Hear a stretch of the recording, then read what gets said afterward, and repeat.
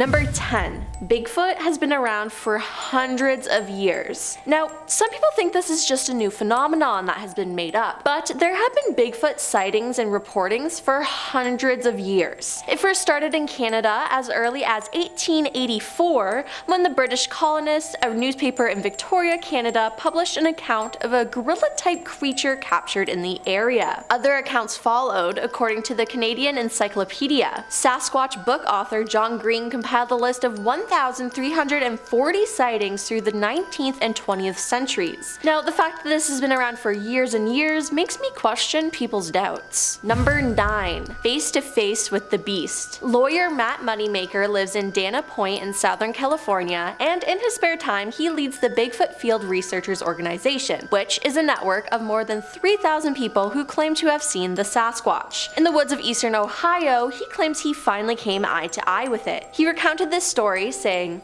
"It was 2 o'clock in the morning and the moon was a quarter full. Suddenly, there he was, an 8-foot tall creature standing 15 feet away, growling at me. He wanted me to know that I was in the wrong place." Now, although he leads the Bigfoot Field Researchers Organization, no one from the organization has been able to snap a clear picture of the beast. Everyone there has their own experience with Bigfoot though. Number 8. Whitehall Trail. In 1976, multiple witnesses, including local police and a New York State trooper, said they saw a man-like beast standing over 7 to 8 feet tall and covered with hair. A blurry photo was taken from a Whitehall trail cam in 2010, and it is among hundreds of reported Bigfoot sightings across the state. Whitehall has its own Bigfoot event, the Sasquatch Calling Festival, with a competition for the best Bigfoot calls to attract the elusive animal. Bigfoot has reportedly been sighted in many other places, including Washington State in 2020, which kept the hope alive for the enthusiasts across the US. A Mayville, New York resident, Peter Weimer, told WGRZ that he's heard from 45 eyewitnesses who claim to have seen the Sasquatch in the area around Chautauqua Lake, located 60 miles south of Buffalo. There are 100 or more witnesses in Chautauqua County that aren't talking to me, Peter told the TV station. Now, according to WGRZ, the county is packed with dense forests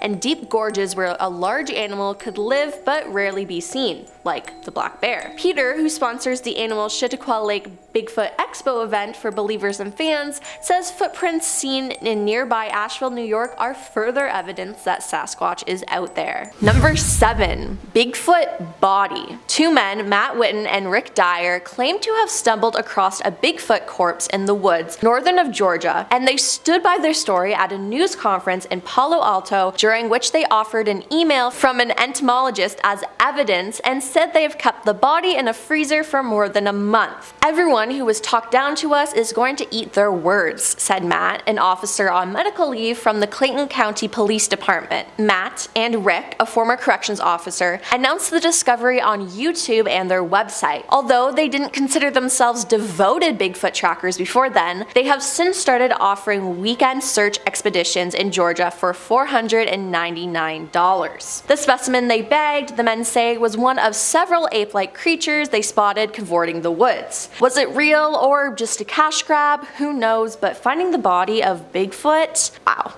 Number 6. Footprints. Investigator Jimmy Chilcutt of the Conroe Police Department in Texas, who specializes in finger and footprints, has analyzed more than 150 casts of Bigfoot prints that Meldrum, the Idaho State professor, keeps in a laboratory. Jim says one footprint found in 1987 in Walla Walla in Washington State has convinced him that Bigfoot is real. He said, "The ridge flow pattern and the texture was completely different from anything I've seen. It certainly wasn't human and of no known primate that I've examined. The print ridges flowed lengthwise along the foot, unlike human prints which flow across. The texture of the ridges was about twice the thickness of a human, which indicated that this animal has a real thick skin." Now, number 5. Bigfoot-like creature found. Showman Frank Hansen exhibited the Iceman, a Bigfoot-like creature encased in ice at the International Livestock Exposition in Chicago. This relic of the Ice Age was found in the waters off Siberia. In December 1968, Bernard Hillevmans of Royal Institute of Natural Sciences of Belgium examined the creature in a trailer in Minnesota. They said, "We consider this to be a genuine and unique example of the most priceless specimen." In a scientific journal, Bernard declared that he discovered a new species of man. In April 1969, the Smithsonian appealed to the FBI Director J. Edgar Hoover for help. Hoover declined, citing the absence of a violation of a federal law within our investigation jurisdiction. It's reported that the US Customs would look into it, the body. After all, it was supposedly imported. Meanwhile, Frank put a model of the specimen on display. Number 4.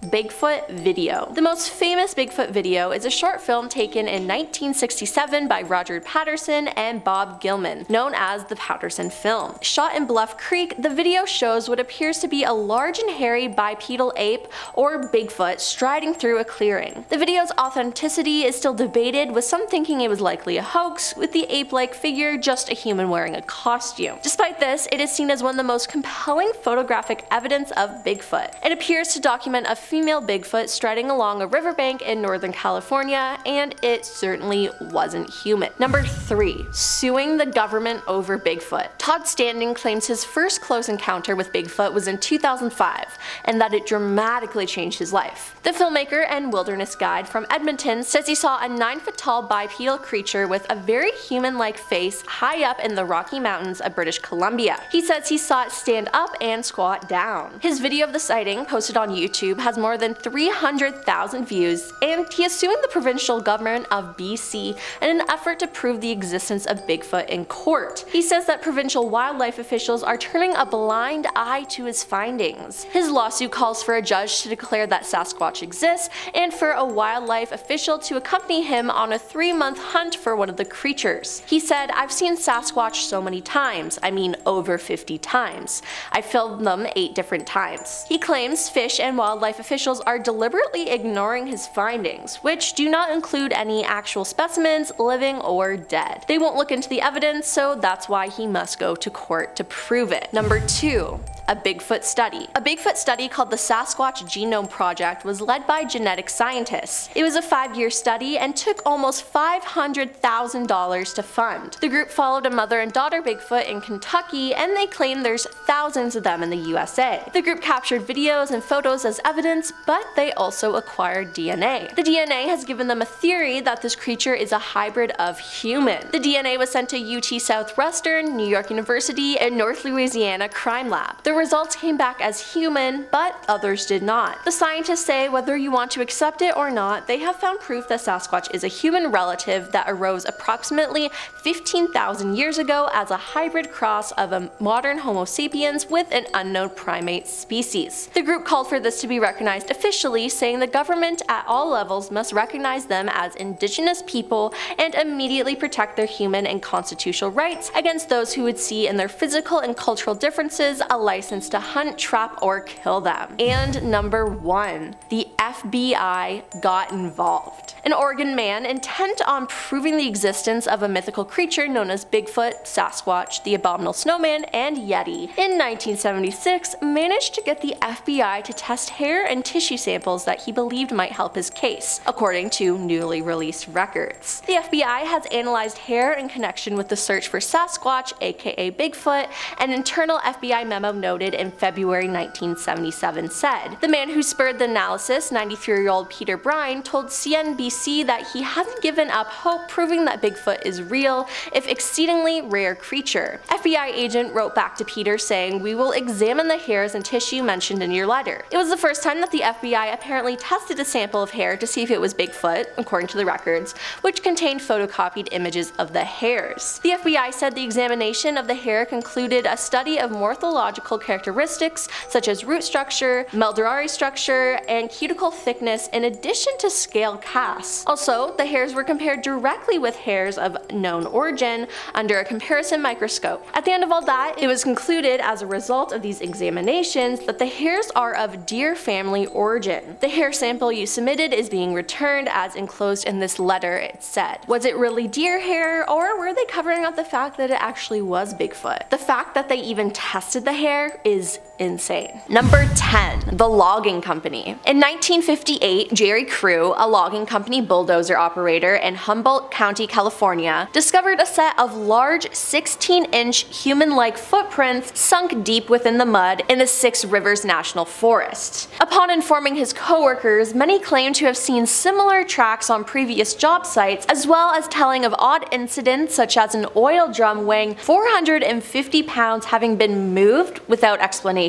Soon began to utilize the term Bigfoot to describe the mysterious culprit. Jerry, who initially believed someone was playing a prank on them, once again observed more of these numerous massive footprints and contacted a reporter. A plaster cast was made of the footprints, and Jerry appeared holding one of the casts on the front page of a newspaper on October 6, 1958. With multiple people experiencing the same thing, it makes me question how it could not be real. Number 9. One of the earliest sightings in Florida. In 1975 in Florida, Collier County, a family found some Bigfoot footprints. A family went hunting out on a boys' trip, and the man retelling the story was 13 years old at the time. He said, "My family drove out to a secluded area of the Everglades, way out in the middle of nowhere. We tracked through waist-high vegetation growth, and when we reached a clearing and continued in a horizontal line towards a tree line approximately 100 yards away. We supposedly were hunting for rabbits, but never saw one. As we approached the tree line, we came upon a recently dried out water hole. Here is where I spotted the tracks. They were at least 17 inches in length, 2 half prints and 1 full print in the mud going into the brush line. The brush on the other side was thrashed. I recall that we left the area not longer after it, and it basically ended our trip. I feel like with what I know now, it was a skunk ape. I swear on the Bible on this experience. I clearly remember no sign of animal activity to include land or air. No birds. Weird for 7 p.m. aka dusk in the Everglades. 6 of us saw it, but at the time none of us said anything. I remember it was 1975, only 8 years after the Patterson film. Number 8. California State. In the United States, California is the state with the most reported Bigfoot sightings. So far, there have been 461 reported sightings. This is a real story from January 2022. A family was hiking in Humboldt County on a local trail in Redcrest. They hiked this trail for 19 years and do it 3 to 4 times a week, and they always go as a family. Their story goes, in the summer we hiked the trail nearly every day. We've never ever gotten the creeps in those woods. The last 2 hikes have really changed that. We were nearly done. On our way out when a loud, and I'm talking loud, yell, scream, guttural screech echoed through the woods. My family and I have grown up in redwoods. We've heard everything that nature has to offer in the way of animal sounds, but it wasn't a raven, a fox, a bear, a lion, a deer bleat, a chipmunk, or a hawk. It sounded somewhat like a human, but the fact that it traveled through the woods so clearly and loud really shook all of us. Today, the sound was nothing we've ever heard before. It was loud and defined. It was just far enough in the distance for whatever it was to get its point across without making us petrified. It stopped my mother, me, and my son in our tracks. There was no doubt that we all heard the same thing. We got the feeling that we were being watched, and that feeling didn't go away until we started driving off. Number 7. It's not just one species. Now, all around the world, people tell of mysterious beasts that are part human, part ape, typically large, hairy creatures that walk on 2 legs, but always seem to stay just out of sight. There isn't just a Bigfoot in North America, but there are other beasts as well. A yowie is found in Australia, particularly in the eastern part of the continent. There have been over 3,000 distinct yowie sightings that have been reported in the Blue Mountain area of West west of Sydney. There's the Yeti, which is located in the Himalayas, which is also called the Abominable Snowman. The Orang Penyek is located in central Sumatra, Indonesia. Orang Penyek means a short person in Indonesian, which makes sense because it has a short stature and a human-like face. Local folklore says that these creatures walk with back-pointing feet to confuse anyone trying to track them. And finally, a chemosit is located in east central Kenyan forests. Some witnesses say that the chemosit looks like a hyena or bear and call it a Nandi bear after the Kenyan tribe that lives in its reported range. The Nandi people, however, consider the creature to be an enormous, ferocious primate that enjoys eating the brains of its victims. If there are so many creatures like this around the world, they have to exist then,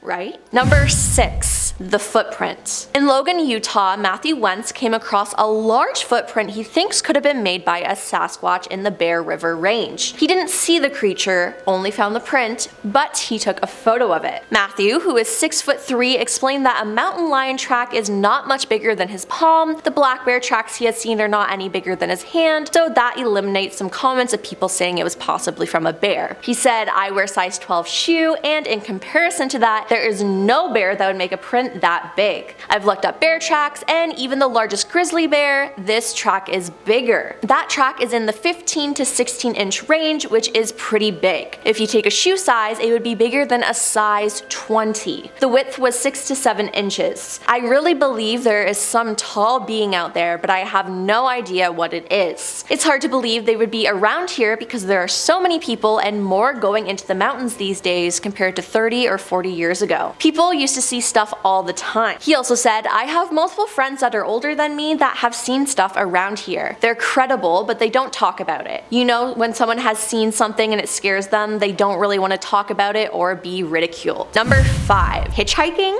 To this day, there are still sightings in Florida, and in 2021, as a commuter was driving down US 1, they were driving south just after sunset, and there was one on the road beside him and another truck. While driving, he noticed something very large walking on the west side of US 1, walking north, approaching him. His best description of what he saw was a huge football player in shoulder padding, 6 to 7 feet tall, wearing a long, shaggy fur coat. This happened in the summertime in Florida, so no human would dare wear one, it would be too hot. He said, "I slowed down as I became level with what I saw, and it had the head of an ape with a bump on its head. The fur was long and looked white, kind of like a dirty white shag carpet. As he drove past, the beast did not turn to look at him, but kept looking straight ahead. It was out in the open, and he thinks the other truck saw it too due to their driving actions, but that is just insane." Number 4. The Professor. Dr. Jeffrey Meldrum is a professor of autonomy and anthropology. He teaches at Idaho State University, and his lab houses over 300 footprint casts from a mysterious North American primate. He said, "Historical evidence for the existence of Bigfoot takes the form of Native American accounts of a wild man in the woods. Depictions are remarkably similar across tribes considering the differing regional circumstances and interpretations. As European settlers pressed westward into the wilderness, they too reported encounters with wild men, buggers, giant hairy apes, mountain devils, etc.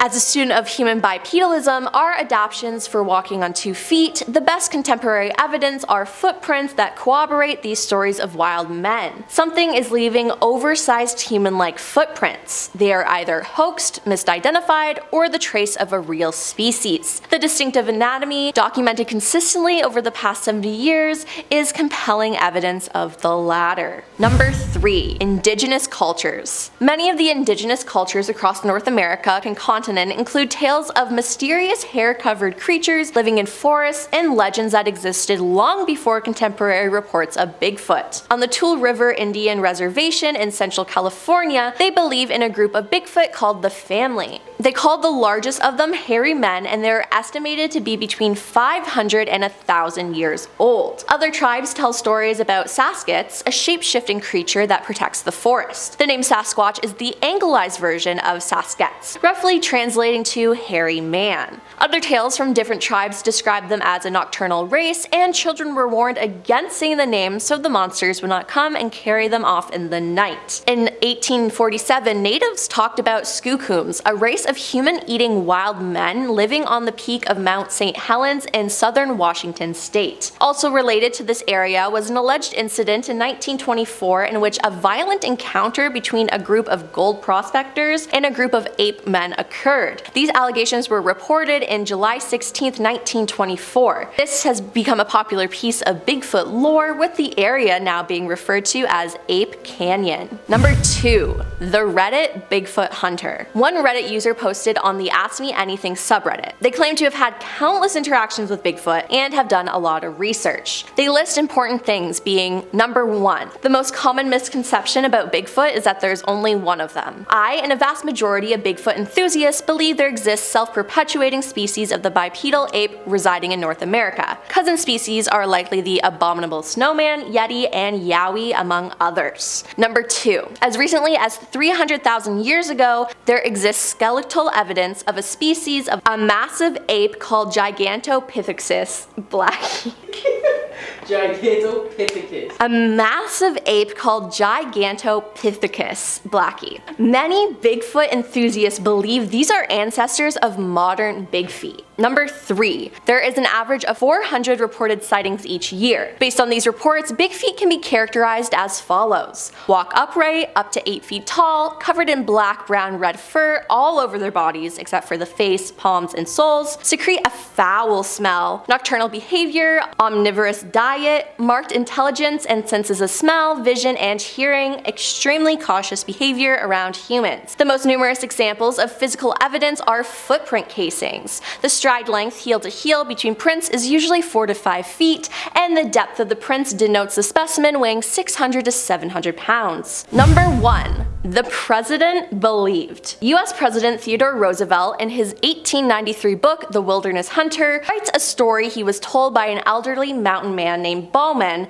in which a foul-smelling, bipedal creature ransacked his beaver trapping camp, stalked him, and later became hostile when it fatally broke his companion's neck in the wilderness near the Idaho-Montana border. Roosevelt notes that Bowman appeared fearful while telling the story, but attributed the trapper's folkloric German ancestry to have potentially influenced him, but it seems like he believed him. A president believing in something like this? That's unheard of. It has to be true then. Number 10. How they live. In Washington state, a team of amateur Bigfoot researchers called the Olympic Project claimed to have discovered a collection of nests which belonged to Bigfoot. They had primatologists study them, with the conclusion being that they appear to have been created by a primate. There have been structures of broken and twisted foliage seemingly placed in specific areas, which have been attributed by some to Bigfoot behavior. In some reports, lodgepole pine and other small trees have been observed bent, uprooted, or stacked in patterns such as weaved and crisscrossed, leading to some to theorize that they are potential territorial markings. Some instances have included entire deer skeletons being suspended in high trees. Some Bigfoot researchers allege that Bigfoot throws rocks as territorial displays and for communication and audible blows struck against trees or wood knocking. Number 9. Where the species came from. Primatologist John R. Napier and anthropologist Gordon Strensenberg have suggested a species of Paranthropus as a possible candidate for the Bigfoot's identity, such as Paranthropus robutus with its gorilla-like crest skull and bipedal gait. Paranthropus is characterized by robust skulls with a prominent gorilla-like sagittal crest among the middle line, which suggests strong chewing muscles and broad herbivorous teeth used for grinding. Now, it's great that they believe this, but fossils of Paranthropus are found only in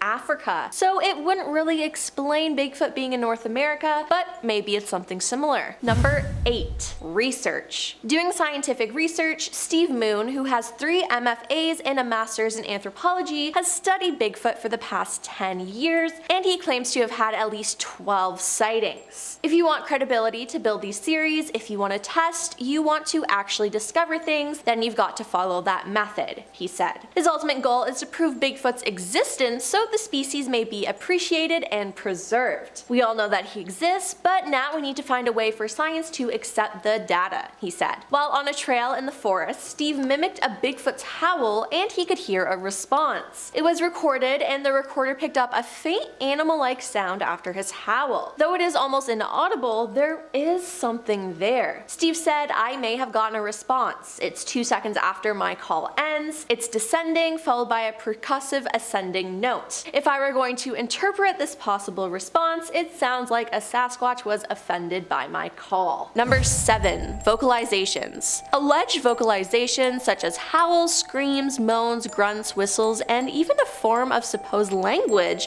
have been reported and allegedly recorded from Bigfoot. Some of these alleged vocalization recordings have been analyzed by individuals such as retired US Navy cryptologic linguistic Scott Nelson. He analyzed audio recordings from the early 1970s said to be recorded in the Sierra Nevada mountains dubbed the Sierra Sounds. When speaking about his findings, he said, "It's definitely a language, it's definitely not in human origin, and it could not have been faked." So yeah, they have their own language we choose to ignore.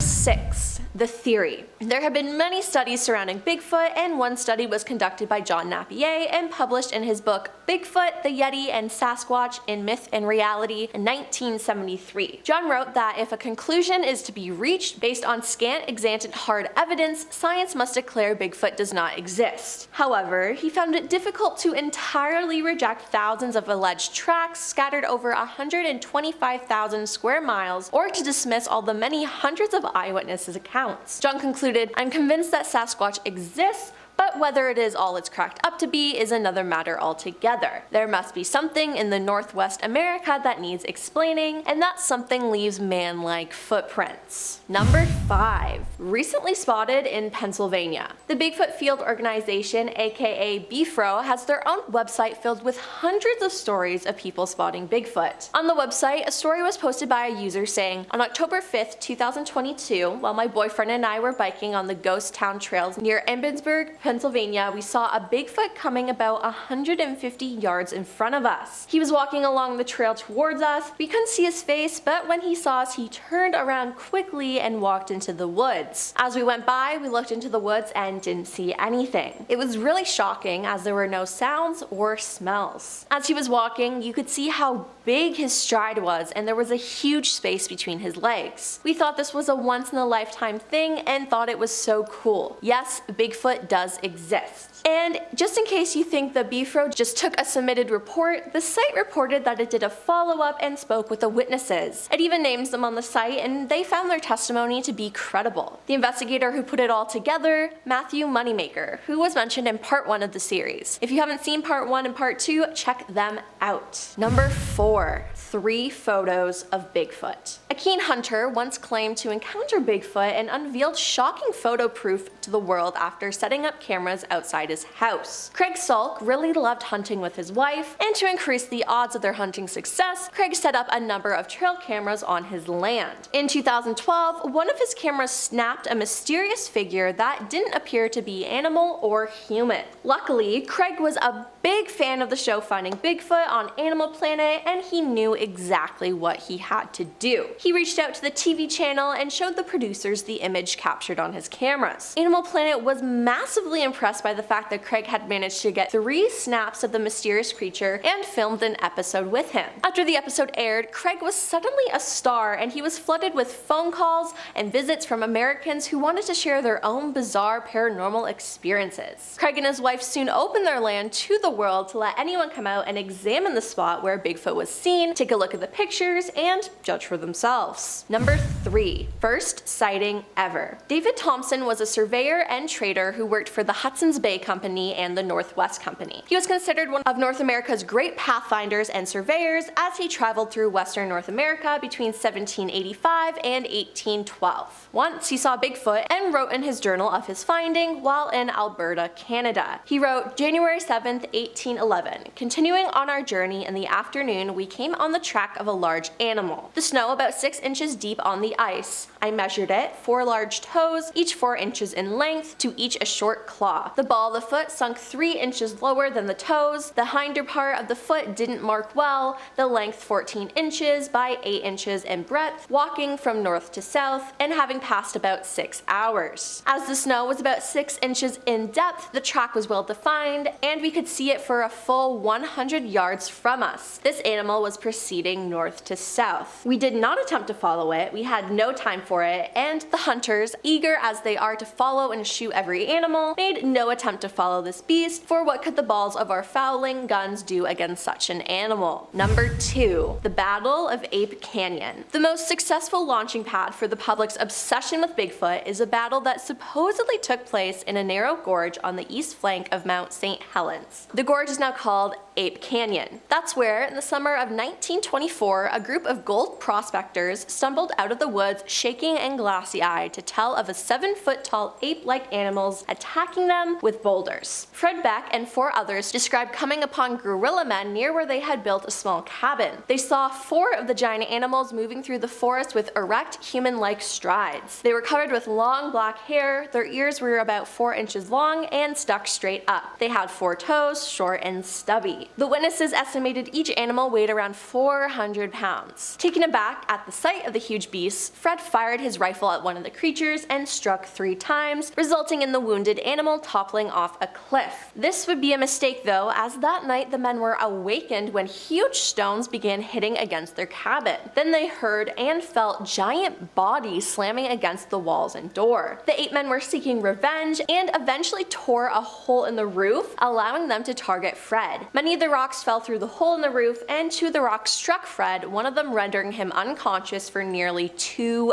hours. Then, when the sun began to come up, the animals broke off their attack and slipped away. The men then poked their heads out the door, and when they decided the coast was clear, they ran out of the woods. And coming in at number 1, Bigfoot kidnapping. In 1924, Albert Ostman, a lumberjack and woodsman, went on vacation in the woods. Albert had heard stories about the man-beast who supposedly roamed these woods but refused to believe them. Then everything changed. One night when he was asleep, a Sasquatch picked him up and carried him off while he was in his sleeping bag. He was carried in a sleeping bag across the country for 3 hours by the Sasquatch. The Sasquatch then dropped Albert down on a plateau, and standing around him was a family of 4 of the creatures, 2 adults and 2 children. Albert claims he was kept captive by them for 6 days. One of the Bigfoots was reported as being 8 feet tall. Now, Albert had a gun, but he decided not to use it as they had done him no harm. He stayed with the Bigfoot family, stating he ate sweet-tasting grass that they gave him, and the female Sasquatch washed and stacked leaves. He escaped by making the large male Sasquatch groggy by feeding him some snuff. Albert did not tell his story for more than 24 years after it happened, in fear of being thought of as crazy. But as more Sasquatch stories appeared in the press, Albert decided to tell his story.